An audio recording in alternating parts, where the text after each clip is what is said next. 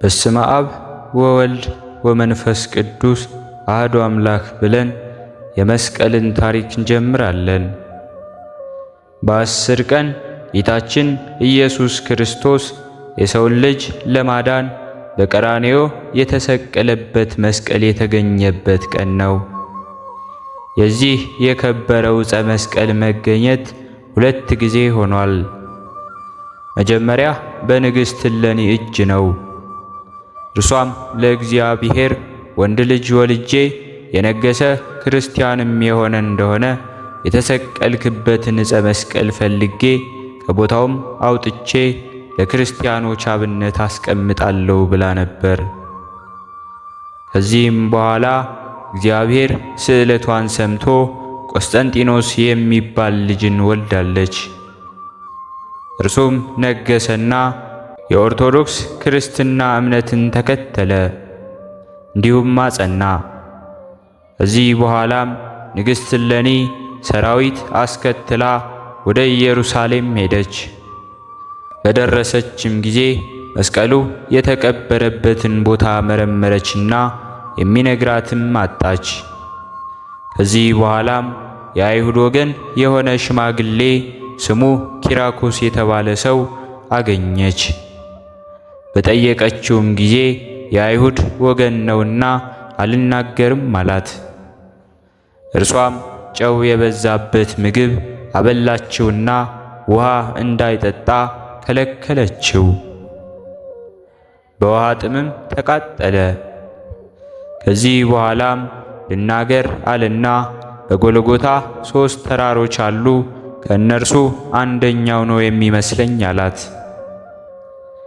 ምክንያቱም አይሁድ ጌታችንን ሰቅለውበት ዮሴፍና ኒቆዲሞስ በክብር አውርደው ወደ መቃብር ካወረዱት በኋላ አይሁድ መስቀሉን ከመሬት ቀበሩት። ለምን ቢሉም የኢየሱስ የክርስቶስ ናዝራዊ ተማሪዎች መስቀሉን አብነት አድርገው ሕዝባችንን ያውካሉ በማለት ነበር። መስቀሉን ከቀበሩ በኋላም ሕዝቡን ጥራጊውን የቤቱን ጉድፍ ቆሻሻ ጠርጎ ከመስቀሉ ላይ ያላደረገው ሁሉ ቤቱ ይፍረስ ንብረቱም ይወረስ ብለው አውጀው ነበርና፣ ሕዝቡም እንደታዘዘ አደረገ። አንዱ መስቀል ከተቀበረበት ላይ 2ቱን ዳርና ዳር አድርገው ታላቅ ተራራ እስከሚያክል ቆሻሻ ቆልለውበት ነበርና ከየት ላይ እንዳለ አላወቀም ነበር። ስለዚህ ካህናቱን ዲያቆናቱን ሰብስባ የምህላ ጸሎት ያዙና ሰንድሮስ የሚባል ነጭ ዕጣን አስመጥታ አስጤሰችው። ጢሱም ወደ ሰማይ ወጣና ተመልሶ መስቀሉ ወዳለበት ተራራ ላይ አረፈ። እንዲሁም ሰገደ። ያን ጊዜም ጢሱ ያረፈበትን ተራራ ማስቆፈር ጀመረች። ሕዝቡም ደመራ እንዲሰሩ አዘዘች።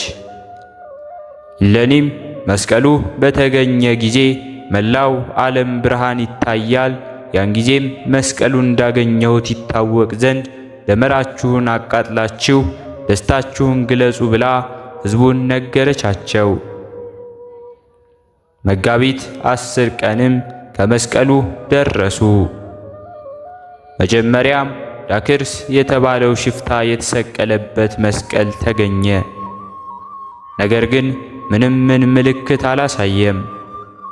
ቀጥሎም ጥጦስ የተባለው ሽፍታ የተሰቀለበት መስቀል ተገኘ።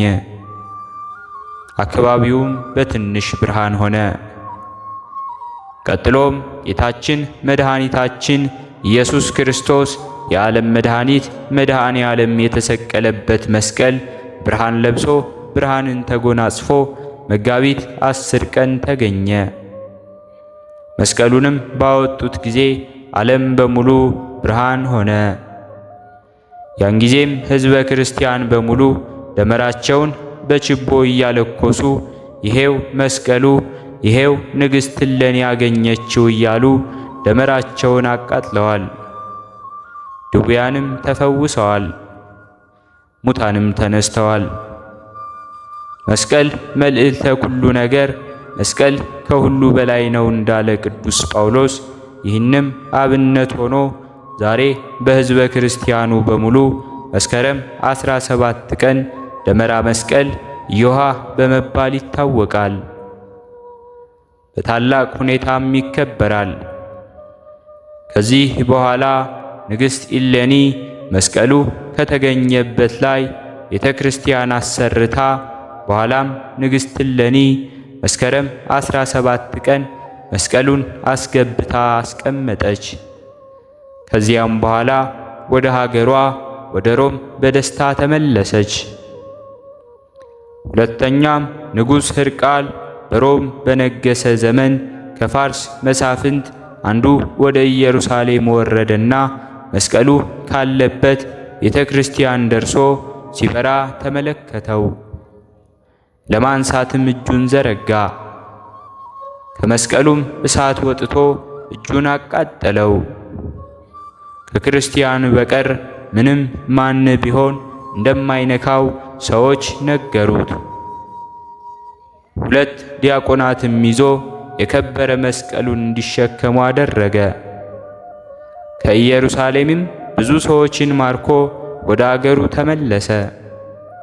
ከዚህ በኋላም የፋርስ ሰዎች የኢየሩሳሌምን ሰዎች የከበረ መስቀሉን እንደማረኩ ንጉሥ ሕርቃል ሰማ፣ እጅግም አዘነ።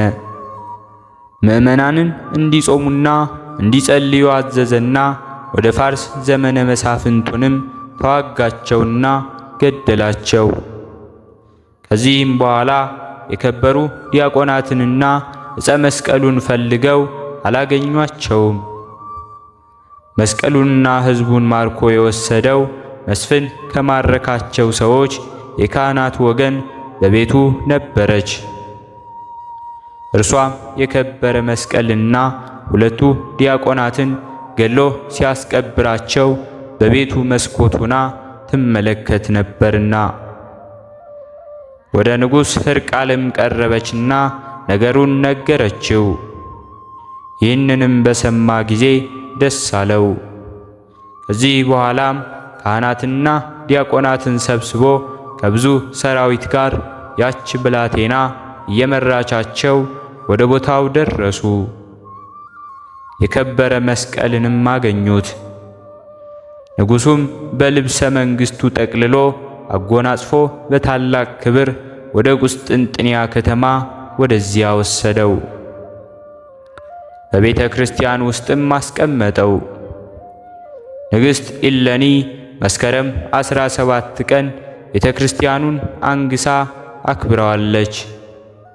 ስለዚህ የመስቀል መታሰቢያ በዓል ከዓመት 2 ጊዜ ሆነ። ለእግዚአብሔር ምስጋና ይሁን ለዘላለሙ አሜን። በሁለተኛነት የምናከብረው በዓላችንም ጼዴንያ ማርያምን ነው። ታሪኳም እንዲህ ነው። የእመቤታችን የቅድስት ድንግል ማርያም ስዕል አድኖ ታላቅ ተአምር ያደረገችበት ቀን ነው። ጼዴንያ በምትባል አገር አንዲት ስሟ ማርታ የምትባል ደግ ሴት ነበረች። እርሷም እንደ ደጉ አባት እንደ አብርሃም እንግዳ መቀበልን ትወድ ነበር። አምላክን የወለደች እመቤታችን ቅድስት ድንግል ማርያምን ትወዳት ነበር። አንድ ቀንም ስሙ ቴዎድሮስ የተባለ አንድ መነኩሴ ከቤቷ በእንግድነት አደረ። በማግስቱም ስትሸኘው አባቴ ሆይ የምትሄደው ወዴት ነው በማለት ጠየቀችው። እርሱም ጌታችን ኢየሱስ ክርስቶስ የተወለደበትን እንዲሁም የተጠመቀበትን ከመቃብር የተነሳበትን ቦታ ተሳልሜ በረከት ተቀብዬ ልመጣ ወደ ኢየሩሳሌም ነው የሚሄደው አላት። ማርታም የእመቤታችንን የቅድስት ድንግል ማርያምን ስዕል ገዝተህ አምጣልኝ ስትል ገንዘብ ልስጥህና አለችው። እርሱም በራሴ ገንዘብ አመጣልሻለሁ አላት። ከዚህ በኋላም ተሰነባብተው ወደ ኢየሩሳሌም ሄዶ ከደረሰ በኋላ ከተቀደሱ ቦታዎችም ተባርኮና በረከት ተቀብሎ ስዕሏን ሳይገዛ ረስቶት ተመለሰ። ከዚያም መጓዝ ከጀመረ በኋላ ስዕል መግዛትን ለምን ረሳህ የሚል ቃል ድንገት ከሰማይ በሚያስደነግጥ ድምፅ ተሰማ። ወደ ገበያም ተመልሶ እጅግ ደስ የምትል የእመቤታችን የቅድስት ድንግል ማርያም ስዕል ገዛና በንጹሕ ልብስ ጠቀለላት።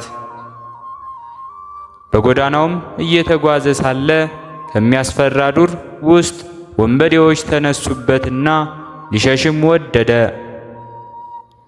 ከስዕሊቱም ዝም ብለህ መንገድህን ሂድ የሚል ድምፅ ሰማ። ወንበዴዎቹንም በሚያስፈራ ድምፅ ገሰጸቻቸው። መንገዱንም በሰላም ተጓዘ። ሁለተኛም አንበሳ ነጥቆ ሊበላው ተነሳበት። ያን ጊዜም ከስዕሊቱ የሚያስፈራ ድምፅ ወጥቶ አንበሳውን አባረረው። አባ ቴዎድሮስም ይህን ሁሉ ድንቅ ታምር ባየ ጊዜ ይህችን ስዕል ወደ አገሩ ሊወስዳት ወደደ። ግዛልኝ ላለችው መበለትም ይሰጣት ዘንድ አልወደደም ነበር። ከዚህ በኋላም በመርከብ ተሳፍሮ በሌላ አቅጣጫ ሲጓዝ ታላቅ ንፋስ ተነሳበት፣ ልክ እንደ ነቢዩ ዮናስ። ወደ ማርታ አገር ወደ ጼዴንያም ወሰደው። ከመርከብ ወርዶ ከብዙ እንግዶች ጋር ወደዚያች መበለት ቤት ገባ። ማንነቱን አልገለጸም፣ ማርታም አላወቀችውም። በማግስቱም ተሰውሮ ወጥቶ ወደ ሀገሩ ሊሄድ በፈለገ ጊዜ የቤቱ በር ጠፍቶት ተሰውሮበት እንደ ዓይነ ስውር ሆኖ ተቅበዘበዘ። ተመልሶም ተቀመጠ። በመሸም ጊዜ ደጃፉ ታየው። በማግስቱም ይሰወርበታል። እንዲህ እየሆነም እስከ 3 ቀን ተቀመጠ። ማርታ ሲቆም ሲቅበዘበዝ ታያለች፣ ሲቀመጥም ደህና ሆኖ ታየዋለች። በሦስተኛውም ቀን አባቴ ምን ሆነህ ነው? ስትቆም ትቅበዘበዛለህ፣ ስትቀመጥ ጤነኛ ትመስላለህ፣ ምንድነው ነገሩ? አለችው። ከዚህ በኋላም እንደታወቀበት አወቀና የሆነውን ሁሉ ነገራት። ራሱንም ገለጠላት፣ ስዕሊቱንም ሰጣት። ተቀብላም ገልጣ ባየቻት ጊዜ ከስዕሊቱ ወዝ ሲንጠፈጠፍ አየች። በጣም ተደሰተችና መነኩሴውን ሳመችው። ከዚህም በኋላ ወደ ጸሎት ቤት አስገብታ በንጹሕ ቦታ አኖረቻት። ከስዕሊቱም ወዝ ይንጠፈጠፍ ነበር። ከስዕሊቱ የሚወርደውንም ቅባት በንጹሕ ዕቃ ታከማቸው ነበር። ያ መነኩሴም እስከሚሞትባት ቀን ድረስ የማርያምን ስዕለ አድኅኖ ሲያገለግል ኖረ። የሀገሩ ጳጳስና ካህናቱም ዝናውን በሰሙ ጊዜ በአንድነት ወደ ስዕሊቱ ገቡ። ባዩአትም ጊዜ ሥጋ የለበሰች ሆና አገኟት። ከዚህ ከአምላካዊ ግብር የተነሳ አደነቁ። ከዚያም ቅባት ለበረከት በተካፈሉ ጊዜ ወዲያውኑ በማጠራቀሚያው ይሞላል። ወደ ሌላ አገርም ሊወስዷት በፈለጉ ጊዜ ንጹሕ ውስታ ሆነ። ብዙዎችም ደንግጠው ወደቁ። ስዕሊቱም እስከ ዛሬ ድረስ በዚያ ትኖራለች። ለእግዚአብሔር ምስጋና ይሁን ለዘላለሙ አሜን። ሕሊናችን በማሰባሰብ አባታችን ሆይ እንበል።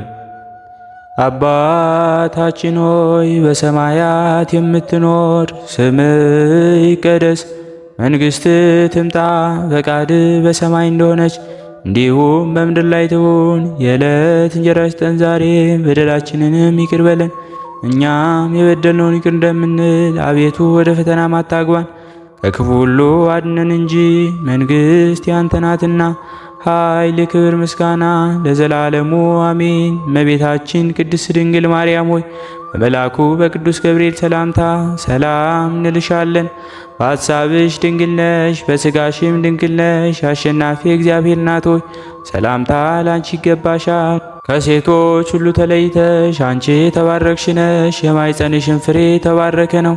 ጸጋን የተመላሽ ቅድስት ሆይ ደስ ይበልሽ፣ ልዑል እግዚአብሔር ካንቺ ጋር ነውና ከተወደደው ልጅሽ ከጌታችን ከመድኃኒታችን ከኢየሱስ ክርስቶስ ዘንድ ይቅርታውንና ምሕረቱን ለምኝልን ኃጢአታችንንም ያሰርይልን ዘንድ ለዘላለሙ አሜን። ስለነበረን ጊዜ ሁሉ የአምላካችን የልዑል እግዚአብሔር ስሙ ዛሬም ዘወትርም የተመሰገነ ይሁን። አነሳስቶ ላስጀመረን አስጀምሮ ላስፈጸመን ለልዑል እግዚአብሔር ምስጋና ይሁን። ከዚህ በላይ እንድንሰራ አገልግሎቱ በሰፊው ይሰጥ ዘንድ በሀገር ውስጥም በሀገር ውጭም ያላችሁ ይህንን መንፈሳዊ ቻናል ላይክ፣ ሰብስክራይብ፣ ሼር በማድረግ ድጋፋችሁን ታሳዩን ዘንድ በትህትና እንጠይቃለን። ያላችሁን ሐሳብ አስተያየት በኮሜንታችን ስር ላይ አስቀምጡልን። ወስብሐት ለእግዚአብሔር ወለወላዲቱ ድንግል ወለመስቀሉ ክቡር። ይቆየን።